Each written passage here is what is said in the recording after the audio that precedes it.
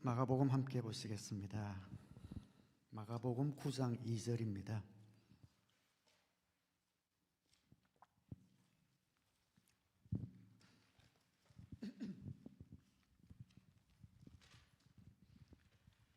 (9장 2절부터) 13절까지 제가 봉독해 드리겠습니다. 예수님이 변화산이라는 곳에서 변화된 모습으로 모세와 엘리야를 만나는 장면이 되겠습니다. 그리고 여세 뒤에 예수께서 베드로와 야고보와 요한만을 데리고 따로 높은 산으로 가셨다. 그런데 그들이 보는 앞에서 그의 모습이 변하였다. 그 옷은 세상의 어떤 빨래꾼이라도 그렇게 희귀할 수 없을 만큼 새하얗게 빛났다. 그리고 엘리야가 모세와 함께 그들에게 나타나더니 예수와 말을 주고받았다. 그래서 베드로가 예수께 말하였다. 랍비님, 우리가 여기에 있는 것이 좋겠습니다. 우리가 초막 셋을 지어서 하나에는 랍비님을, 하나에는 모세를, 하나에는 엘리야를 모시겠습니다. 베드로는 무슨 말을 해야 좋을지 몰라서 이런 말을 했던 것이다. 제자들이 겁에 질렸기 때문이다. 그런데 구름이 일어나서 그들을 뒤덮었다. 그리고 구름 속에서 소리가 났다. 이는 내 사랑하는 아들이다. 너희는 그의 말을 들으라. 그들이 문득 둘러보았으나 아무도 없고 예수만 그들과 함께 계셨다. 그들이 산에서 내려올 때에 예수께서는 그들에게 명하시어 몇 절까지라고 그랬죠? 13절이죠. 인자가 죽은 사람들 가운데서 살아날 때까지는 본 것을 아무에게도 이야기하지 말라고 하셨다. 그들은 이 말씀을 간직하고 죽은 사람들 가운데서 살아난다는 것이 무슨 뜻인가를 서로 물었다. 그들이 예수께 묻기를 어찌하여 율법학자들은 엘리야가 먼저 와야 한다고 합니까? 하니 예수께서 그들에게 말씀하셨다. 확실히 엘리야가 먼저 와서 모든 것을 회복한다. 그런데 인자가 많은 고난을 받고 멸시를 당할 것이라고 기록한 것은 어찌된 일이냐? 내가 너에게 말한다. 엘리야는 이미 왔다. 그런데 그를 두고 기록한 대로 사람들은 그를 함부로 대하였다. 아멘.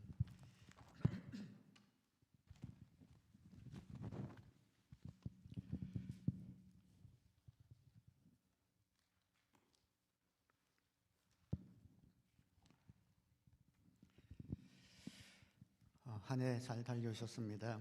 우리가 인생을 살다 보면 좋은 일도 있고 또 나쁜 일도 있습니다. 신앙생활도 마찬가지죠. 신앙생활 하다 보면 좋은 일도 있고 나쁜 일도 있습니다. 이렇게 뻔한 얘기를 왜 이렇게 말씀드리냐 하면 뻔한 사실을 우리가 너무 쉽게 잊어버리기 때문에 그렇습니다. 살다가 우리 가운데 역경이 닥치면 또 하나님의 축복도 있는데 어떤 분들은 이 역경이 사라지지 않을 것처럼 그렇게 염려하면서 믿음이 흔들리는 것을 보게 됩니다. 또 우리가 축복 가운데 있으면 또 어떨 때는 역경이 닥쳐오기 마련입니다.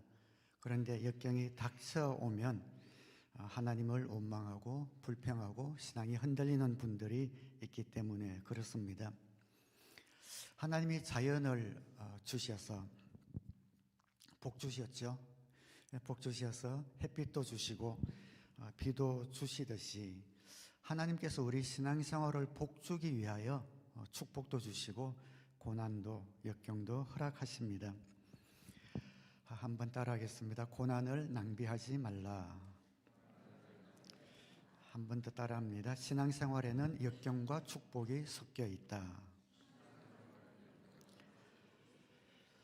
예수님께서 이것을 아셨습니다.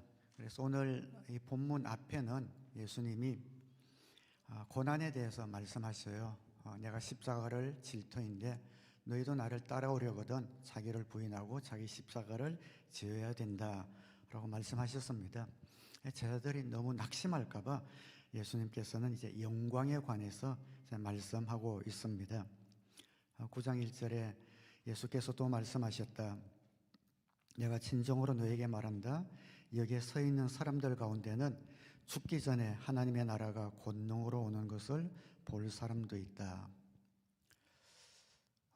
제자들이 죽기 전에 하나님의 나라가 권능으로 오는 것을 볼 사람이 있다 약속하셨거든요. 보통 하나님의 나라가 권능으로 임하는 것은 재림이잖아요. 그럼 재림을 제자들이 본다는 것인가? 그건 아니겠죠. 아직 제자들은 예수님의 죽음도 부활도 이해하지 못한 수준인데 그 제자들에게 재림을 말씀하지 않으셨을 겁니다. 복음이 로마에 전파된다는 말씀인가? 아니면 성령께서 강림하신다는 것인가? 그렇게 생각할 수 있겠습니다. 그런데 오늘 이 본문에서 하나님의 나라가 권능으로 오는 것을 볼 사람이 있겠다라는 것은 그 뒤에 나오는 본문에 나오는 사건을 염두에 두고 말씀하신 겁니다. 9장 2절에 그리고 엿새 뒤에 어떤 일이 있을 것인데 그 일을 말씀하신 것이죠.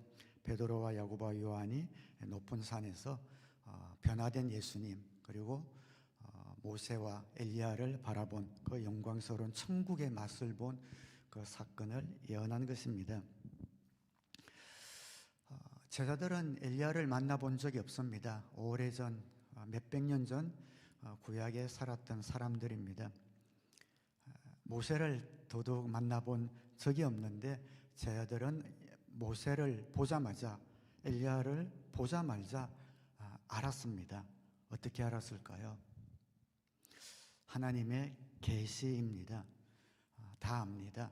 저와 여러분이 나중에 천국에 가게 될 터인데 오래전 돌아가신 우리의 믿음의 조상들 야고보, 베드로, 요한, 엘리야 딱 보자마자 누구다 하는 것을 우리가 바로 깨달아 알게 됩니다. 저는 이제 4대째 기독교 집안인데 저희 정조 할머니가 선교사님으로부터 복음을 처음 받아들이셨는데 전 한 번도 뵌 적이 없고 사진으로도 뵌 적이 없는 것 같아요. 그러나 그 할머니로 말미암아 저도 예수님을 믿게 되었고 보고 싶습니다. 천국 가면은 딱 보자마자 정조 할머니구나 깨닫게 될 겁니다. 어떤 할머니가 교회에서 늦게 예수님을 믿으셔가지고 성경 공부를 따로 하지 않고 성경의 인물들만 계속 외우고 계시더래요. 그래서 목사님이 아니 왜 성경에 나오는 인물들만 그렇게 외우십니까? 물어봤더니 천국에 가면 통성명이라도 해야지요 이러면서 그것만 외우고 계셨다고 해요. 딱 가면 알 수 있습니다. 제가 예전에 전도사로 있을 때 같은데 교회 전체 아마 퀴즈 대회를 했던 것 같아요. 그래서 제가 퀴즈를 내고 전부 다 손을 들고 맞추는데 그때 유서였는지 주일학생이었는지 여자인데 답이 베드로였습니다. 질문했는데 손을 딱 들어요. 그래서 누구야 답 말해봐 일어나더니 얼굴은 기억이 나는데 이름이 생각이 안 나요 이러더라고요. 아마 만화 같은 사파 같은 데서 베드로 모습을 봤겠죠. 떠오르는 이름이 생각 안 나고 했던 것이 너무 재미있어가지고 아직까지 기억이 납니다. 천국 가면 우리가 모두 다 알아봅니다. 하나님의 계시 때문에 그렇습니다. 엘리야는 예언자의 대표이고 모세는 율법의 대표지요. 그리고 구약은 예언서와 율법으로 이루어져 있습니다. 구약의 두 대표 주자가 예수님을 만난 겁니다. 그때는 신약이 없었기 때문에 성경의 두 대표 주자가 예수님과 함께 천국의 그런 맛을 그들에게 보여주고 있는 장면입니다. 나타나서 그 구약의 두 대표가 예수님의 죽음을 이야기하고 있습니다. 예수님이 아니면 우리는 예언의 의미, 제사의 의미, 율법의 의미를 알 수가 없습니다. 우리 함께 따라합니다. 구약의 주인공은 예수 그리스도이시다. 예수님을 알면 구약이 전체 이해됩니다. 예수님 없이는 구약이 이해되지 않습니다. 우리 추리소설 좋아하시는 분, 유명한 추리소설가 아가스 크리스티 같은 분이 소설이든 추리소설이든 영화로도 많이 나왔죠. 계속 추리를 하고 뭘까 궁금해 하다가 맨 마지막 장면에서 그 결말을 딱 알게 되면 그 전에 뿌려놓았던 우리 청년들 표현으로는 떡밥, 뭐 단서들이 다 회수가 되면은 그게 그 뜻이었구나 하고 마지막에 우리가 무릎을 치면서 알게 되지 않습니까? 예수님을 모르고 우리가 구약을 읽으면 추리소설의 그 마지막 장 결과를 모르는 것과 같습니다. 그래서 오리무중입니다. 뭐 사건도 많고 재미있는 이야기도 많지만 무엇을 이야기하는지 알 수가 없습니다. 처음 예수님을 믿는 분들은 신약부터 읽기를 바랍니다. 그리고 예수님을 알려면 신약부터 읽는 것뿐 아니라 예수님을 영접해야 합니다.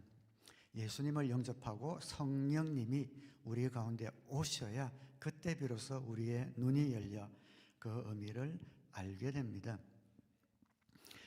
성경도 미국 사람이나 서양 사람들이 우리 한국의 춘향전, 흥부놀부전 읽긴 읽어도 그 감칠맛을 알 수 없듯이 예수님을 영접하지 않고 성경을 읽으면은 읽긴 지식적으로는 읽을 수 있지만 이해가 되지 않는 것과 마찬가지입니다. 12절에 이렇게 말씀하시죠. 예수께서 그들에게 말씀하셨다. 확실히 엘리야가 먼저 와서 모든 것을 회복한다. 그런데 인자가 많은 고난을 받고 멸시를 당할 것이라고 기록한 것은 어찌된 일이냐. 내가 너에게 말한다. 엘리야는 이미 왔다. 그런데 그를 두고 기록한 대로 사람들은 그를 함부로 대하였다. 이 당시의 사람들은 예수님이 오시기 전에 엘리야가 올 것을 기대하고 있었습니다. 왜냐하면 그렇게 구약에 예언되었기 때문이죠. 말라기 4장 5절에 주의 크고 두려운 날이 이르기 전에 내가 너희에게 엘리야 예언자를 보내겠다. 그 엘리야를 기다리는데 엘리야가 안 오는 겁니다. 그런데 예수님은 엘리야가 미리 이미 왔다라고 말씀하셔요. 그리고 그 엘리야가 바로 침례 요한이다라고 말씀합니다.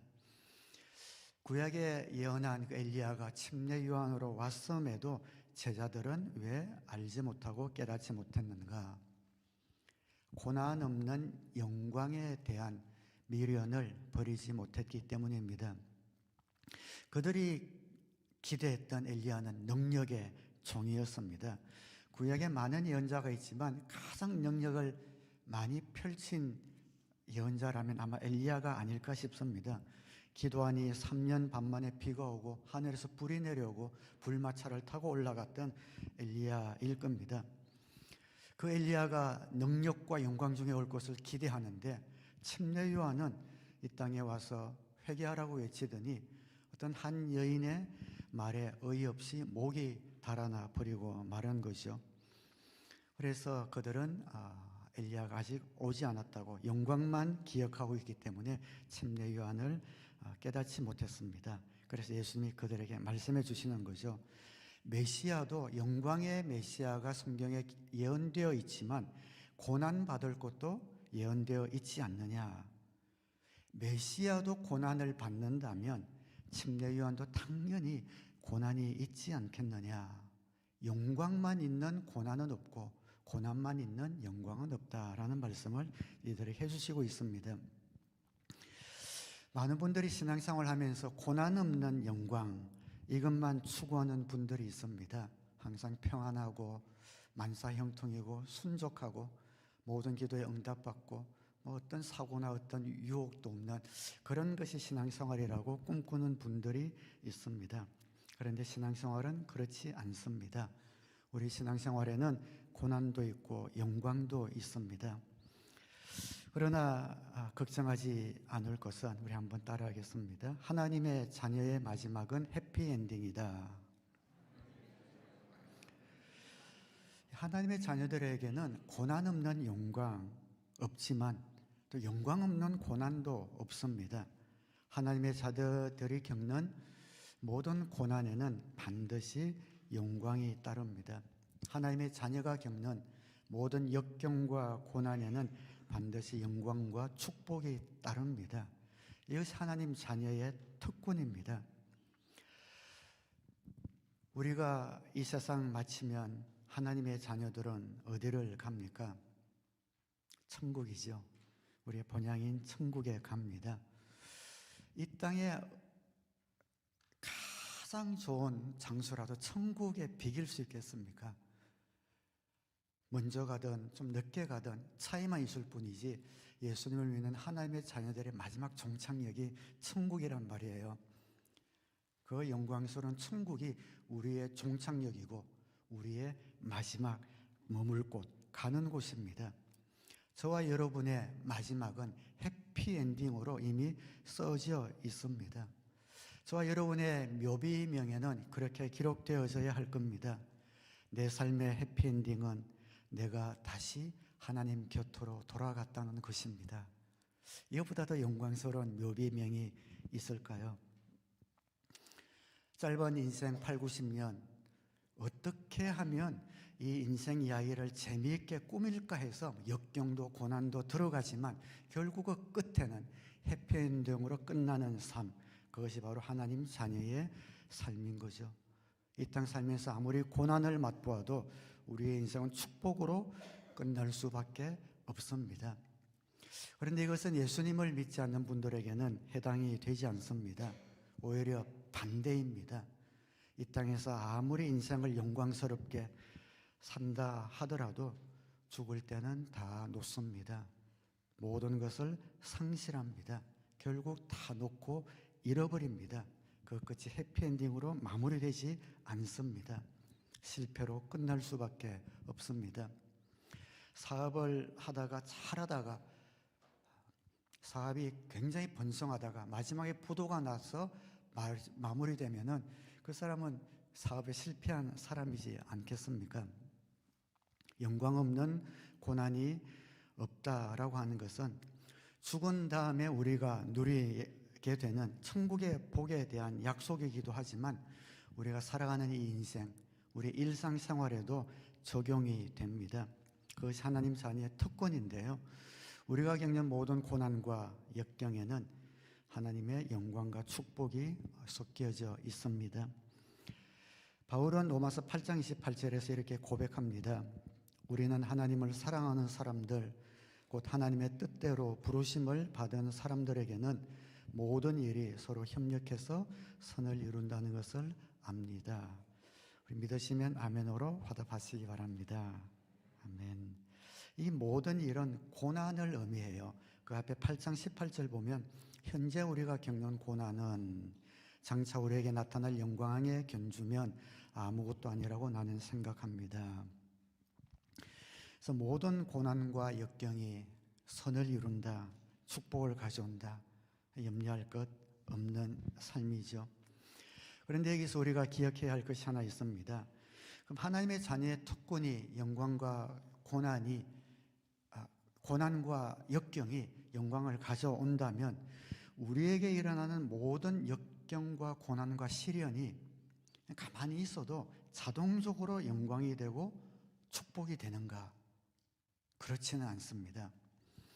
우리에게 닥치는 고난과 역경을 우리가 어떻게 처리하느냐에 따라서 영광과 축복이 될 수도 있고 이 고난이 고생으로만 끝날 수도 있습니다. 잘못 처리하면 고난과 역경이 오히려 더 큰 역경을 가져올 수도 있습니다. 이것을 잘못 처리하면 이 고난과 역경이 우리의 믿음을 송두리째 흔들어 버릴 수도 있습니다. 이것을 잘못 처리하면 우리가 그동안 쌓아왔던 예수님 닮은 그 성품이 하루아침에 무너질 수도 있습니다. 고난과 역경이 자동적으로 하나님의 자녀들에게 영광과 축복이 되는 것이 아닙니다. 어떻게 해야 영광과 축복이 되는가? 고난을 낭비하지 않기 위해서 어떻게 해야 하는가? 두 가지 말씀을 드리겠습니다. 한번 따라하겠습니다. 기뻐해야 한다. 야고보서 1장 2절에 나의 형제자매 여러분이 여러 가지 시험에 빠질 때에 그것을 더할 나위 없는 기쁨으로 생각하십시오. 여러분은 믿음의 시련이 인내를 낳는다는 것을 알고 있습니다. 여러분은 인내력을 충분히 발휘하여 조금도 부족함이 없이 완전하고 성숙한 사람이 되십시오. 우리에게 시련이 오잖아요. 그 시련이 우리에게 인내를 가져다 줍니다. 그리고 그 인내가 우리를 그리스도의 영광스러운 모습으로 빚어갑니다. 그래서 기뻐하라는 겁니다. 그 시련이 역경이 우리 인내라는 성령의 성품을 가져다 주고 그리고 영광스러운 예수님의 모습을 닮아가게 만듭니다. 그런데 기뻐하지 않고 짜증내고 불평하고 원망하면 어떻게 될까요? 그래도 예수님의 영광스러운 모습으로 닮아갈까요? 아닙니다. 닮아갈 수 없습니다. 이 말씀은 영광스러운 그리스도의 모습으로 닮아가니까 기뻐하라라는 그런 말도 되지만 기뻐하면 닮아갈 것이다 라는 그러한 약속이기도 합니다. 시련과 역경이 닥칠 때 기뻐하기 힘들죠. 그러나 이것을 통해서 하나님이 이루실 것이 있다는 것을 믿고 기뻐하기로 결심하면 그리스도를 닮은 영광스러운 모습으로 변해 갑니다. 여러분에게 시련, 고난이 닥쳤을 때에 그것을 낭비하지 마시기 바랍니다. 기뻐하시기 바랍니다. 피하지 마시기 바랍니다. 인내라는 것은 그 아래 머문다는 뜻입니다. 영광스러운 그리스도의 모습으로 빚어가는 도구가 됩니다. 기뻐하지 않고 원망하고 불평할 때 그리스도의 모습으로 변해가는가? 변해갈 수 없습니다.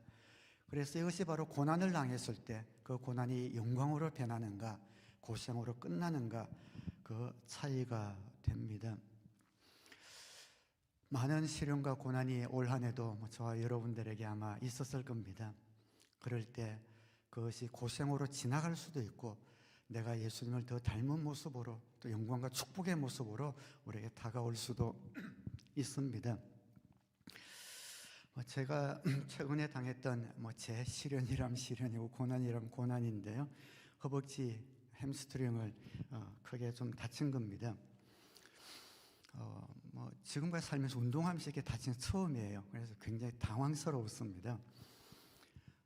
이렇게 앞에 네트를 오른발로 딱 밟는데 그 네트가 미끄러지면서 이 오른쪽 다리 쫙 앞으로 미끄러지면서 햄스트링이 좀 찢어진 거죠.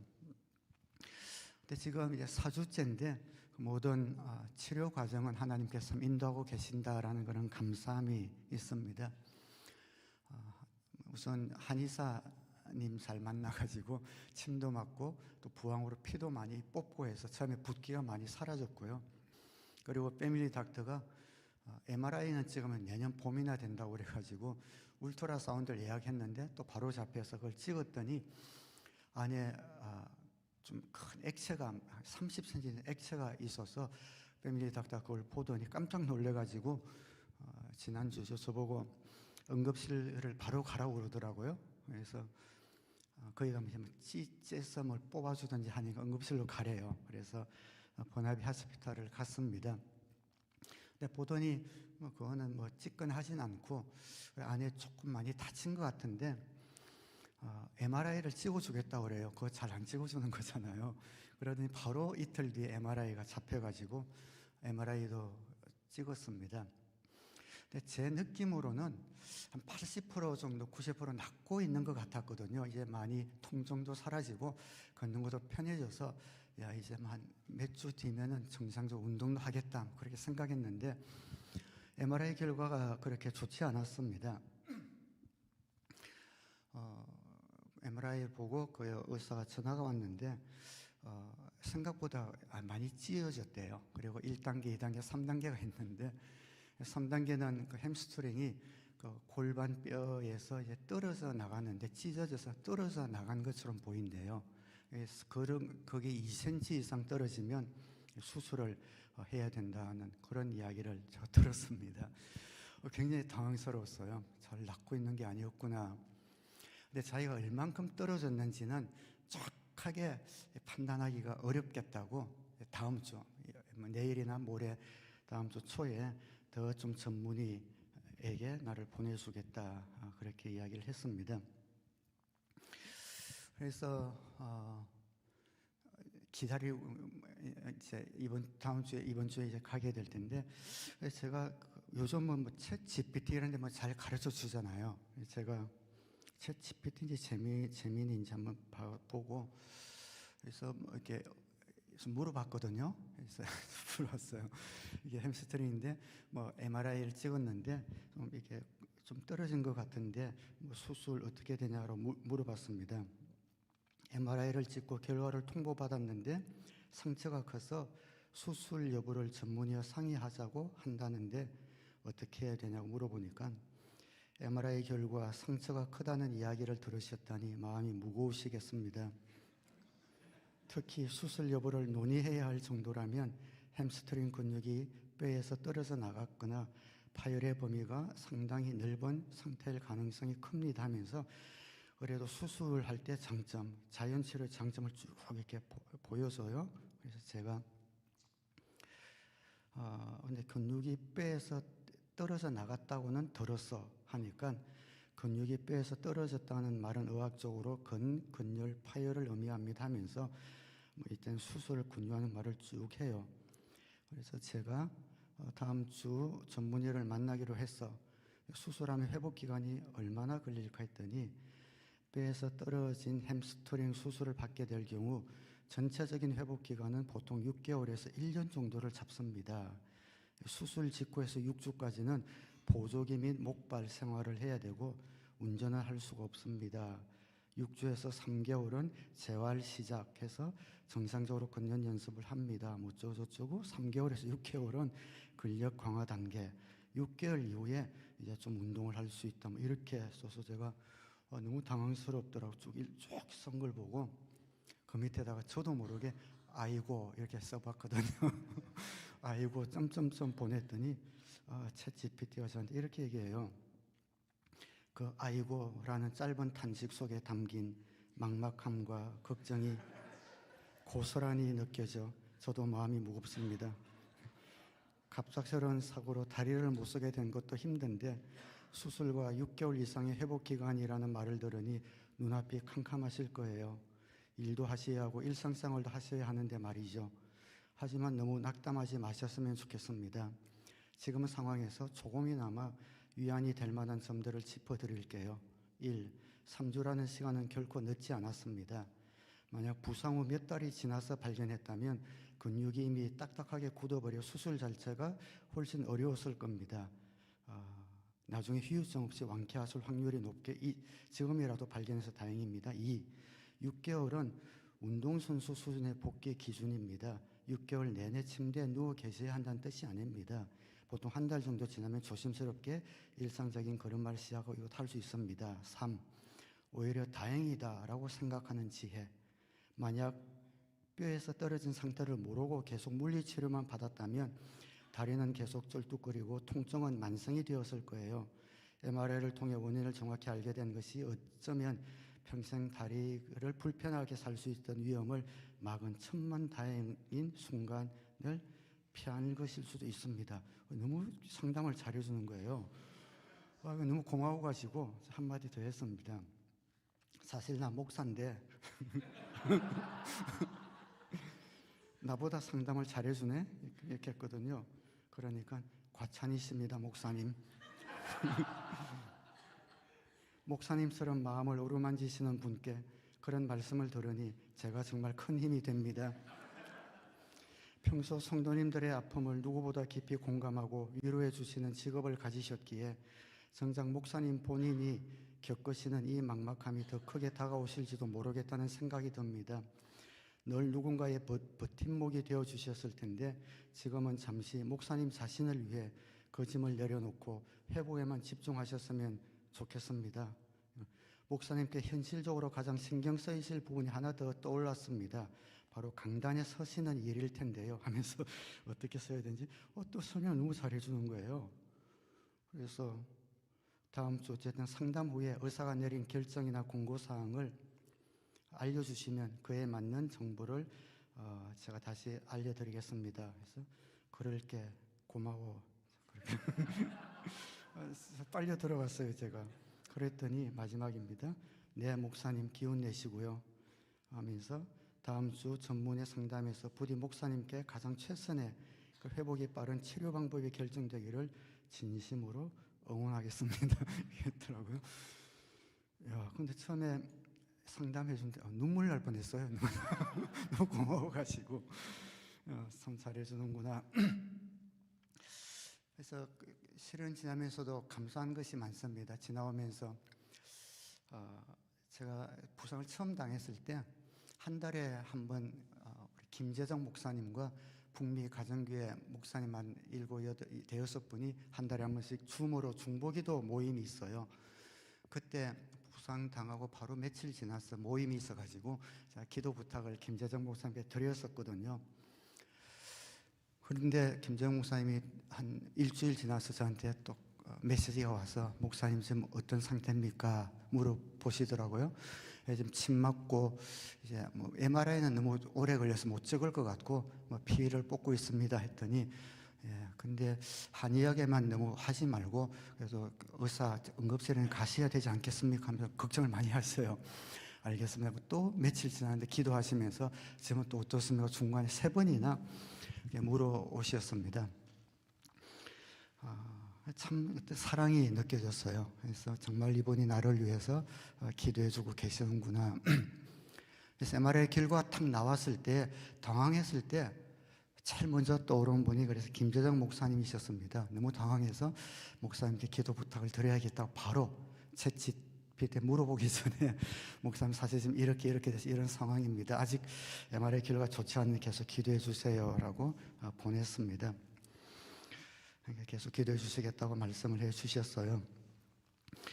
그래서 우리가 고난당할 때 정말 여러분이 어려운 일 당할 때 제일 먼저 떠오르는 분, 여러분을 사랑하는 분이겠죠. 여러분을 위해서 기도해 주는 분일 겁니다.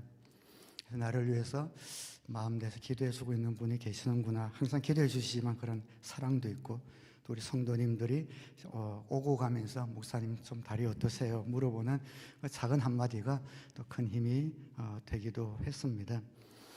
그래서 설교 준비를 하다가 또 제가 이런 메시지를 받기 때문에 그렇지 기뻐하고 또 기도해야지 두 번째 기도한다는데 그렇게 스스로에게도 다짐을 했는데 기뻐해야 하는데 잘 안 되더라고요.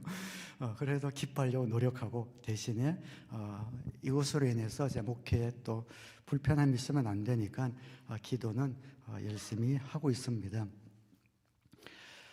고난이 올 때 불평할 것인가 원망할 것인가 아니면 기뻐하고 기도할 것인가 그것이 우리의 믿음의 선택이지요. 마태복음 5장 11절에 이렇게 말씀합니다. 너희가 나 때문에 모욕을 당하고 박해를 받고 터무니없는 말로 온갖 비난을 받으면 너에게 복이 있다. 너희는 기뻐하고 즐거워하여라. 하늘에서 받을 너희의 상이 크기 때문이다.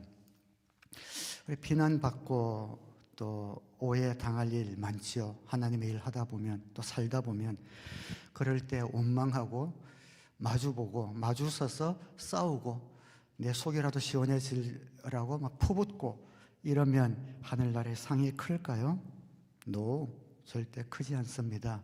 상이 없습니다.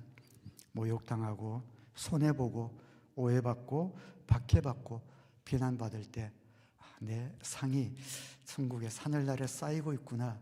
예수님 닮은 모습이 내 안에서 빚어지고 있구나. 그걸 생각하면서 소망 가운데 기뻐할 때 그때 상이 쌓이는 겁니다. 자동적으로 모욕받고 비난받는다고 우리의 상이 쌓이는 것이 아니라 기뻐할 때 하늘나라의 상이 되는 그런 축복을 누립니다. 그래서 올해 마지막 주일 또 새해를 맞이하면서 사랑하는 성도님들께 정말 마음으로 권면합니다. 올해도 그렇고 내년에도 많은 고난이 올 거예요. 많은 시련과 어려움들이 우리 앞에 닥칠 겁니다. 하나님이 자연을 축복하기 위해 햇빛과 비를 주시듯이 우리 신앙생활을 축복하기 위해서 축복과 고난을 주십니다. 그 고난과 역경을 낭비하지 마시기를 주님의 이름으로 축원합니다. 모욕당하고 박해받고 터무니없는 말로 비난받을 때에 기뻐하셔서 상으로 주님 닮은 성품으로 우리가 바꾸어야 합니다. 목장사역, 부서사역, 교회사역 열심히 하는데 불평하면서 한다면 우리에게 상이 없습니다. 애는 쓰는데 원망하면서 불평하면서 하면은 억울합니다. 그 땀과 수고를 낭비하는 겁니다. 기쁨으로 해야 합니다. 자동으로 상이 쌓이지 않습니다. 기쁘지 않은데 어떻게 기쁘다고 그래요? 기쁘지 않으면 기쁘다고 그러세요. 그럼 기뻐져요. 진짜예요. 우리가 기쁜 일이 있어서 기뻐할 수도 있는데 우리가 기뻐하면은 기쁜 마음이 또 들어와요. 거울은 먼저 웃지 않잖아요. 내가 웃어야 거울이 웃는 것처럼 기쁘지 않아도 기쁘다고 하면은 기쁨이 우리 가운데서 솟아납니다. 쓸데없는 비난 들었을 때 기뻐해야 합니다. 오해받았을 때, 주님을 위해 피곤했을 때, 우리가 기뻐할 때, 그때 비로소 상이 되고 영광이 됩니다. 한번 마지막으로 따라하겠습니다. 기도해야 한다. 히브리서 5장 7절에 예수께서는 인간으로 세상에 계실 때에 자기를 죽음에서 구원하실 수 있는 분께 큰 부르짖음과 많은 눈물로서 기도와 탄원을 올리셨습니다. 예수님조차도 하나님 앞에 나와서 기도를 올리셨죠. 예수님이 어떻게 하나님 우편의 그 영광을 차지하셨는가? 역경과 고난이 올 때에 사람들에게 도움을 청하지 않으시고 자기의 신세를 한탄하거나 하소연하지 않으시고 하나님께 나와 눈물과 탄원으로 기도하셨습니다. 하나님의 아들이심에도 우리가 고난과 역경을 축복으로 바꾸기 위해서는 기도해야 합니다. 고난과 역경이 사람으로 인한 것이라도 나를 변호하기 위해서 아무리 애쓰고 마주 싸우는 동안에는 이 고난과 역경이 낭비되고 있다는 것을 알아야 합니다. 하나님 앞에 우리에게 큰 믿음을 달라고 기도하면 큰 믿음이 아마존으로 바로 배달되는 것 아니지 않습니까?